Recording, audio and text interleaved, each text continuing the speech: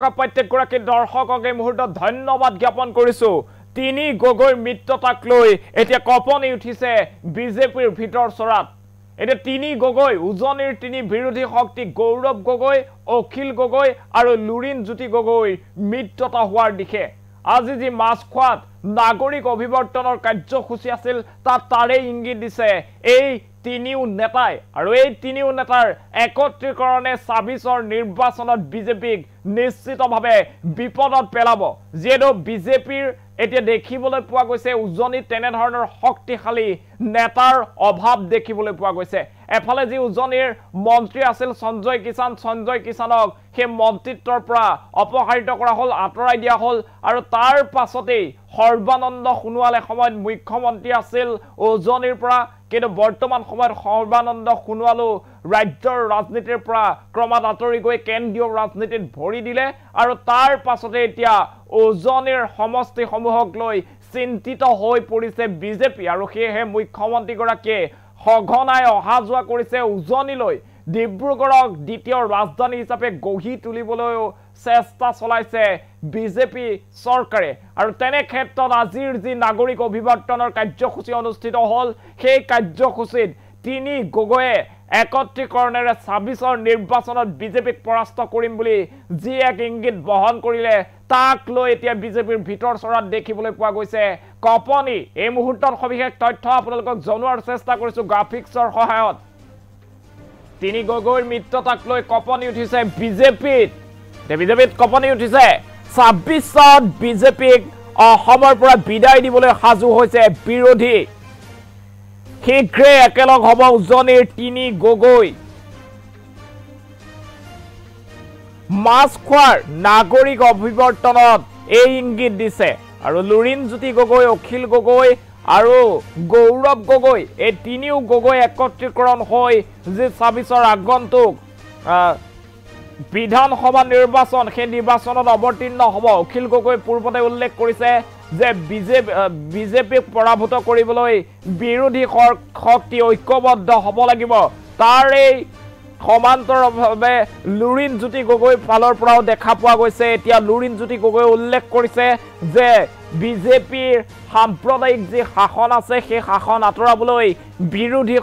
শক্তি একত্ৰীকৰণ হ'ব লাগিব আৰু সময়ত মিত্ৰতা হ'ব গৌৰৱ গগৈয়ে উল্লেখ কৰিছে যে বিৰোধীৰ এই তিনি যি বিৰোধী শক্তি ঐক্যবদ্ধ নহলে কিন্তু বিজেপিক পৰাভূত কৰা সহজ নহয় আৰু সেয়েহে বিজেপিক পৰাভূত কৰিবলৈ এই তিনিও ৰাজনৈতিক শক্তি ৰাইজৰ দল এজেপি আৰু কংগ্ৰেছৰ মাজত শীঘ্ৰেই হ'ব আনুষ্ঠানিক মিত্ৰতা আৰু আনুষ্ঠানিক মিত্ৰতা হোৱাৰ পিছতে বিজেপি বিপদত পৰিব পাৰে আৰু তাক লৈ এতিয়া বিজেপিৰ ভিতৰ চৰাত চলিছে জল্পনা কল্পনা বিশেষকৈ উজনি অসমৰ যিসমূহ সমষ্টি আছে উজনি অসমৰ সমষ্টিসমূহক লৈ চিন্তিত হৈ পৰিছে বিজেপি যেটো বিজেপিৰ এতিয়া উজনিৰ ফালে শক্তিশালী তেনে ধৰণৰ নেতাৰ অভাৱ দেখিবলৈ পোৱা গৈছে এসময়ত যি মুখ্যমন্ত্ৰী সৰ্বানন্দ সোণোৱাল আছিল সৰ্বানন্দ সোণোৱালে বিজেপিক উজনিৰ সমষ্টিত জিলিকাই ৰাখিছিল আৰু বৰ্তমান সময়ত যি সৰ্বানন্দ সোণোৱাল তেওঁ কেন্দ্ৰীয় ৰাজনীতিৰ ফালে ঢাল খাইছে আৰু তেনে সময়ত বিজেপিৰ নেতাৰ অভাৱ দেখিবলৈ পোৱা গৈছে উজনি অসমত আৰু এফালে বিজেপিৰ এটা পুৰণি যি বিজেপি নেতাসকল আছে সেই পুৰণি বিজেপি নেতাসকলৰ মাজত অৰিয়াঅৰিৰ সৃষ্টি হৈছে বিশেষকৈ ৰাজেন গোহাঁই কালিৰ দিনটোত এটা বাতৰি প্ৰকাশ পাইছিল যে ৰাজেন গোহাঁই শীঘ্ৰেই অন্য দললৈ ঢাপলি মেলিব আৰু তেনে ধৰণৰ বাতৰিও বিজেপিৰ উজনি অসমৰ যিসমূহ পুৰণি নেতা আছে সেই পুৰণি নেতাসমূহ অসন্তুষ্ট হৈ পৰা ধৰণৰ বাতৰি সঘনাই দেখিবলৈ পোৱা গৈছে আৰু তাক লৈ ৰাজ্যৰ মুখ্যমন্ত্ৰীগৰাকী আৰু বিজেপি দল চিন্তিত হৈ পৰিছে আৰু সেয়েহে বাৰে বাৰে মুখ্যমন্ত্ৰীগৰাকীয়ে আহযা কৰিছে উজনি অসমৰ বিভিন্ন প্ৰান্তলৈ ইখনৰ পাছত সিখন সভা অনুষ্ঠিত কৰিছে আৰু আমাৰ পিছিয়াৰ যিগৰাকী আছে অকণমান আঁতৰ হৈ দিবলৈ অনুৰোধ জনাইছোঁ এই মুহূৰ্তত সেই খবৰ জনাইছোঁ উজনিত তিনি গৰাকীকৈ গগৈৰ মৃত্যুতাক লৈ এতিয়া চিন্তিত হৈ পৰিছে বিজেপি দল আৰু ৰাইজৰ দল এজেপি কংগ্ৰেছ এই তিনিও বিৰোধী শক্তি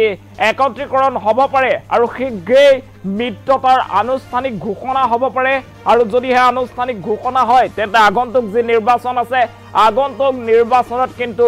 বিজেপিৰ বাবে উজনিৰ সমষ্টিসমূহ দখল কৰাটো কঠিন হৈ পৰিব আৰু আজি যি মাছখোৱাৰ নাগৰিক অভিৱৰ্তন অনুষ্ঠিত হৈছিল সেই নাগৰিক অভিৱৰ্তনত তিনিওগৰাকী নেতাই সেই ধৰণৰ এক মন্তব্য প্ৰদান কৰা দেখিবলৈ পোৱা গৈছে আমি সেই দৃশ্যাংশ দেখাই আছো এয়া মাছখোৱাৰ যি নাগৰিক অভিৱৰ্তনৰ দৃশ্যাংশ আৰু কেইবাগৰাকীও বিৰোধী আচলতে নেতা আছিলে আৰু বিৰোধী নেতাসকল অনুষ্ঠিত হৈ আগন্তুক নিৰ্বাচনক লৈ মিত্ৰতা স্থাপনৰ ইংগিত বহন কৰিছে এই নাগৰিক অভিৱৰ্তনত